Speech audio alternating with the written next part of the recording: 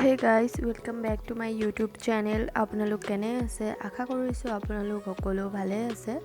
আপোনালোকৰ কাৰণে লৈ আহিছো আজি মই এটা নতুন ভিডিও সো গাইস ভিডিওটো স্টাৰ্ট কৰো সো গাইস আজি মই বনাব লৈছো পদিনা চাটনি বনাবলৈ মই কি ইনগ্ৰেডিয়েন্টস ব্যৱহাৰ কৰিম আহক চাই লওঁ এসাওক মই পদিনা লৈছো এবাটি পদিনাখিনি মই অকল পদিনাৰ আগটো লৈছো আৰু ভালকে এখিনি ধুই লৈছো আৰু ইয়াত ব্যৱহাৰ কৰিম মই 4টা কেঁচা জলকীয়া 1 চামুচ নিমখ 1 চামুচ চেনি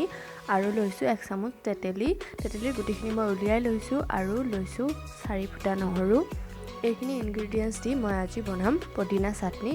ইয়াত 3টা ফ্লেভাৰে থাকিব টেঙা মিঠা জ্বলা খাই খুবেই টেস্টি লাগে এতিয়া মই এটা মিক্সিৰ জাৰ লৈছো আৰু মিক্সিৰ জাৰত এই গুটেখিনি বস্তু একেলগে দি দিম এই মিক্সিত মাৰি লম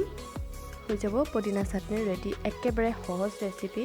2-3 মিনিটৰ ৰেচিপি আপোনালোকে ঘৰত বনাই খাব পাৰে অতি কম সময়ত অতি সহজতে গৰমৰ দিনত এই চাটনিটো বনাই খাবচোন খুবেই ভাল লাগে খাবলে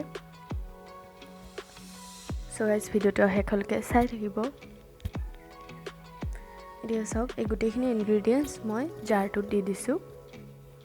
এতিয়া মই এইখিনিৰ ভালকে পেষ্ট বনাই লম